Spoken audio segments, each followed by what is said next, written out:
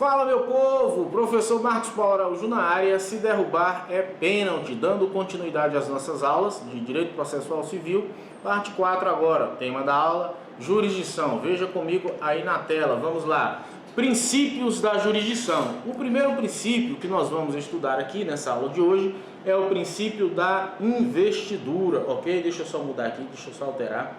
Princípio da investidura é o nosso primeiro princípio. Por quê, gente? Porque nós sabemos que o Estado, ele é um ser inanimado. O Estado, na verdade, ele depende de alguém para exercer a função jurisdicional, para exercer a tutela jurisdicional. Como é que isso vai acontecer? Vai acontecer através de alguém, né? Através de uma pessoa, tá certo? E que para essa pessoa exercer ou atuar como órgão julgador, digamos assim, né? Exercer a função jurisdicional, nós temos que regras específicas para que ela possa exercer esse papel sob o manto aí do Estado, ok? Veja comigo então na tela o seguinte, nós temos aqui, ó, o judiciário precisa investir os seus sujeitos para exercer a jurisdição. O juiz é o representante, né? Então, portanto, é a figura do juiz ou da juíza quem vai representar esse Estado, ok? As formas de investidura que nós temos aqui no Brasil, nós temos a figura do concurso público, é uma das formas de investidura. Nós temos o quinto constitucional e bem como a nomeação para o STF, que é justamente aqueles cargos que nós temos ali que são os ministros, né? Hoje estão em evidência. Regra, concurso público, ou seja, você amanhã ou depois conclui a sua graduação, após completar, ter 3 anos de prática jurídica, poderá prestar o concurso público para a magistratura, né? Assim também você resolve exercer a advocacia e com o passar do tempo, através do exercício da advocacia, você se habilita, né, através da OAB, para o quinto constitucional, desde que a vaga reservada para o quinto constitucional seja direcionada para a OAB. Em um outro momento, é a nomeação para o Supremo Tribunal Federal, aí vai depender de uma indicação política da sua indicação, né, para se tornar ministro, né, do STF ou até mesmo ministro do STJ, enfim, depende de uma indicação política, né? E isso tem previsão na nossa Constituição, a regra do artigo 93, inciso 1º do concurso público, no quinto constitucional a reserva de vaga está lá no artigo 94 e, por sua vez, a nomeação para o STF tem reserva de vaga prevista no artigo 101 da Constituição Federal. Tudo bem até aqui? Bom, princípio da territorialidade. Hoje o que está muito em voga é a questão da soberania nacional, que a gente sabe, né? Principalmente pela atual circunstância que o Brasil vem vivenciando, digamos assim. Os juízes, por sua vez, eles exercem esse princípio da territorialidade, ele está distrito à sua área de atuação. Amanhã ou depois você se torna um juiz, então há uma limitação para você exercer a sua função jurisdicional enquanto juiz, ainda que você seja investido, né, no cargo, quer seja ministro, quer seja desembargador, enfim, há uma limitação territorial por conta mesmo da soberania nacional. Mas não é só isso, veja comigo o seguinte, olha, o princípio da territorialidade diz respeito a uma forma de limitação do exercício legítimo da jurisdição. O juiz devidamente investido de jurisdição só pode exercê-lo dentro do território nacional. Isso daqui acontece por quê? Por conta da soberania nacional, né? Como consequência da limitação da soberania do Estado brasileiro, ao seu próprio território, ou seja, esta soberania fica limitada aqui ao nosso território e que por conta disso, cada juiz dentro da sua limitação territorial, porque dentro do Estado brasileiro, ou seja, dentro do Brasil, nós sabemos que o Brasil é um país muito grande, então existe uma limitação territorial. Aqui não se leva mais em consideração a figura do Estado juiz em relação à soberania, mas por uma questão mesmo organizacional. O Brasil ele é muito grande que, portanto, cada estado possui a sua justiça estadual, a título de exemplo. E nós temos também a Justiça Federal, que ela é dividida em regiões. Atualmente são 6 regiões, né, que estão divididas a Justiça Federal, da primeira à 6ª região. Isso se dá tudo dentro do Brasil, para quê? Para facilitar o exercício ou a atividade jurisdicional, bem como estabelecer limites, né? Até porque se ficasse aí do extremo, né, norte ao extremo sul, nós não teríamos essa limitação e poderia virar uma bagunça, tá certo? Pois bem, as exceções que nós temos em relação ao exercício da jurisdição, nós temos a carta precatória, né, que é de âmbito nacional, e temos também, por outro lado, a carta rogatória, que é de âmbito internacional. Como assim, professor? Vamos lá. Os juízes, via de regra, eles se conversam através de carta. Em um tempo não muito distante, né, digamos assim, a carta era feita por quê? Porque era feita através de um ofício, né? Por isso que recebeu o nome de carta. Hoje a gente sabe que, embora continue chamando de carta precatória, essa carta, na verdade, ela é enviada de modo eletrônico, né? A carta precatória é enviada de modo eletrônico, em que antigamente se fazia através de um ofício, uma cartinha, em que o juiz que mandava ou emitia, né, essa carta chamava de juiz deprecante. Por outro lado, o juiz que recebia a carta para dar cumprimento àquela ordem do juiz emissor era o juízo deprecado. Então, portanto, no âmbito interno, carta precatória. No âmbito internacional, excedeu a limitação do nosso Estado brasileiro, chama-se carta rogatória. Ok? Até aqui, tranquilidade? Pois bem, define limites da atuação judicial. Como eu disse para vocês, o princípio da territorialidade vai definir o que? Os limites, né? Até onde pode cada juízo exercer a sua jurisdição. Nós temos como regra de que o juiz só é legítimo dentro da sua comarca ou seção. Então, portanto, atualmente no Brasil, se eu sou um juiz estadual, o que vai acontecer? A minha limitação fica restrita justamente à minha comarca, ok? Ou, se for um juiz federal, a minha subseção judiciária ou seção judiciária. Por que seção, Marcos? Porque, na verdade, a seção abrange todo o estado. Seção judiciária do estado da Bahia, seção judiciária do estado de Minas Gerais, que agora é o TRF6, tá certo? Seção judiciária do estado de São Paulo. Então veja que ela fica restrita ao estado, beleza? Tranquilo até aqui. Em se tratando de comarca, por exemplo, nós temos a comarca, né, de Santana, comarca de Serra Dourada, tudo dentro de um estado, porém em municípios diferentes. Por outro lado, a gente sabe também que algumas comarcas abrangem mais de um município, beleza? Tem município que vai ter mais de uma comarca, sem problema algum até aqui. Aplicação, né, com relação ao princípio da territorialidade, nós temos aqui que a aplicação dos atos fora dos limites exigem instrumentos processuais. Como assim, Marcos? Como eu acabei de dizer para vocês, os juízos, eles se conversam através de cartas, melhor dizendo, me perdoe, através de cartas. Então, há a necessidade de nós termos o que? Instrumentos processuais para que os juízos se comuniquem, para saber, para que possa executar determinadas ordens, tudo bem? Então, dentro do contexto processual, existem instrumentos que vão viabilizar essa comunicação. A carta precatória ou carta rogatória são instrumentos processuais hábeis a fazer esta comunicação, ok? Exemplo, né, da instrumentalização ou de mecanismos que possibilitam aqui para a prática de ato. Quais seriam esses atos? Nós temos os exemplos aqui, ó. A citação, por exemplo, digamos que você é juiz, expede uma citação para Marcos. Marcos não mora na comarca, um exemplo, de Salvador, né? E aí você é necessário que você remeta uma carta precatória para a comarca de Santana. Você é o juiz do deprecante, o juiz da comarca de Santana é o deprecado, recebe essa carta para que proceda, imprime, entrega ao oficial de justiça, e o oficial de justiça vai proceder à citação de Marcos.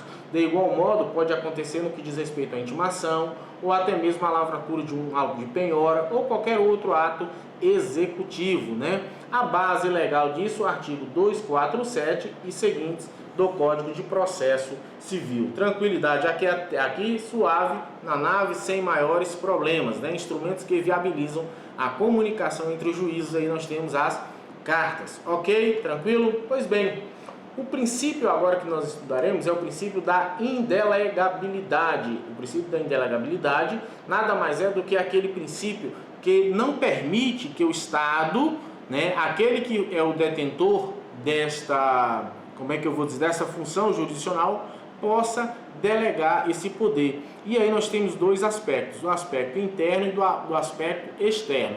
No que diz respeito ao aspecto externo, ou seja, né, significa que o Poder Judiciário, olha só, tem recebido da Constituição Federal a função jurisdicional. Então, portanto, o Poder Judiciário, ao receber a função jurisdicional, nós temos isso como regra, tá certo? Ele não poderá delegar esta função, né? Para quem? Para outros poderes, quer seja para o Executivo, quer seja para o Legislativo. Então, veja que no aspecto externo, aquilo que foi delegado via Constituição, não poderá o Poder Judiciário estar delegando. Um outro aspecto já é um aspecto interno, ou seja, dentro do próprio Poder Judiciário. Como assim? Como é que isso vai acontecer?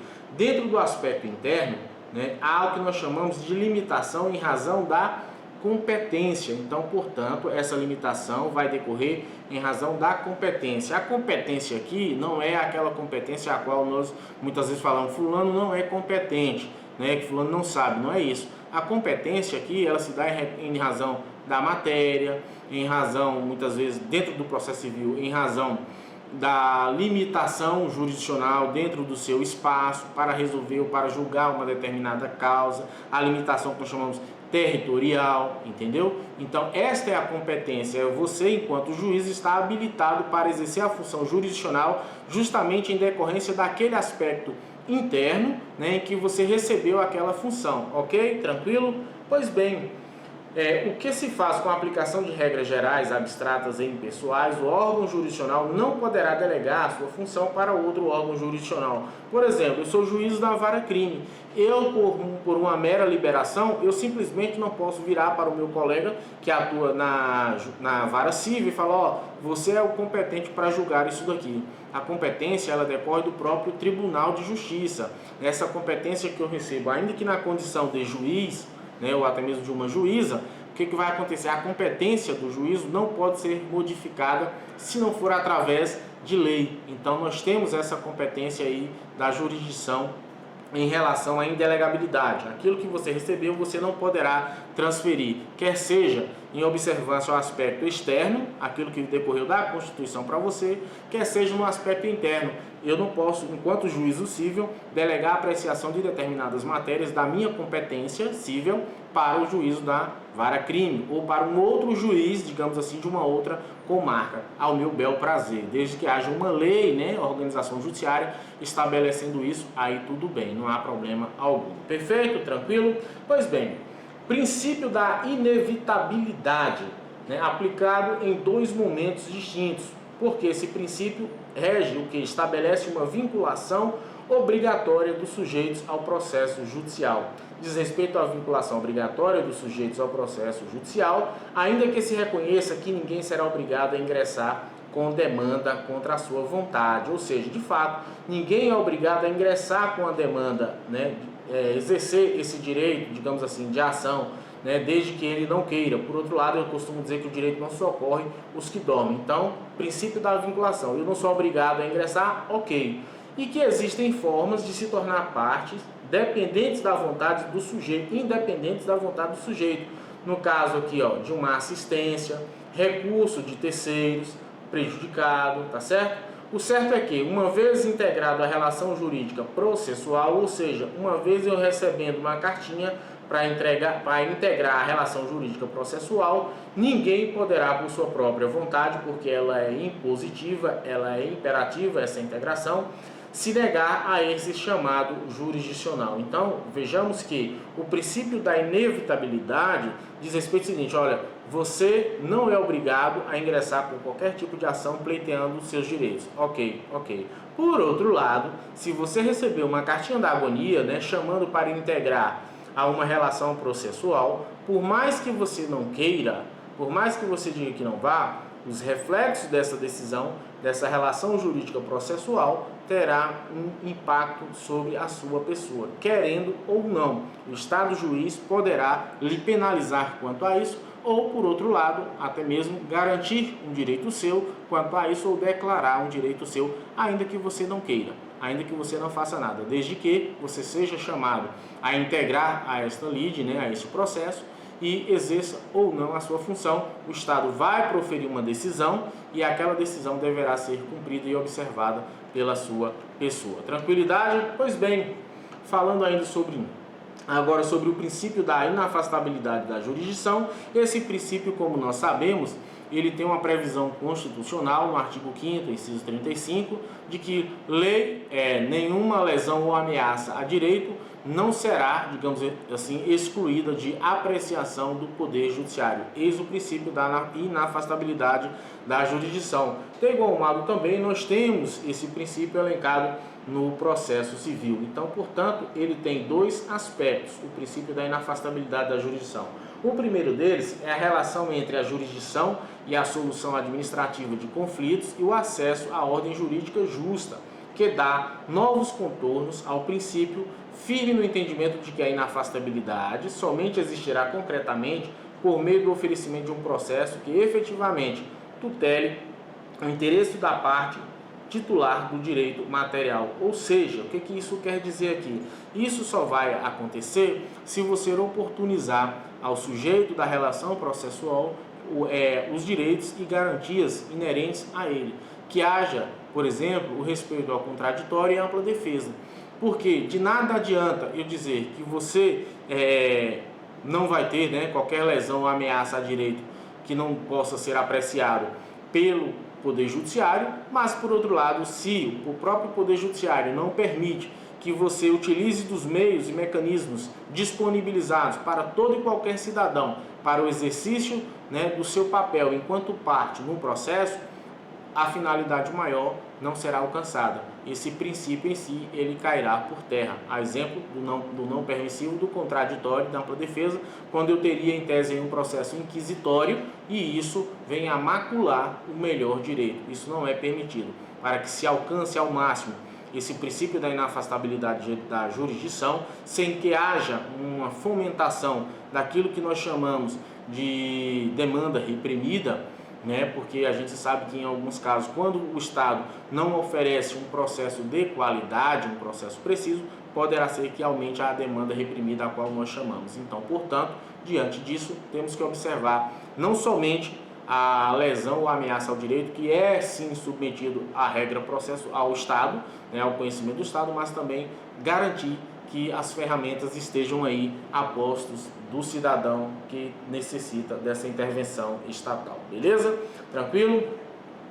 O princípio do juiz natural vai dizer o seguinte, olha, ninguém será processado senão pela autoridade competente. Artigo 5º, inciso 3º da Constituição Federal de 88. O princípio pode ser entendido sob duas formas distintas. Quais são essas formas? A primeira forma que nós temos é o quê? É a impossibilidade dela se dizer respeito à impossibilidade de escolha do juiz para o julgamento de determinada demanda. Ou seja, quando o juízo vem a julgar uma determinada demanda, ele já foi previamente escolhido para aquela demanda. Através de quê? Da sua competência territorial, competência em razão da matéria. Então vejam que o juízo aqui nesse caso, o juiz natural, ele já foi criado por uma lei, ele já existe, ele já está em funcionamento. Nós não podemos criar um juízo em à parte para julgar um determinado caso específico. Então, portanto, o juiz natural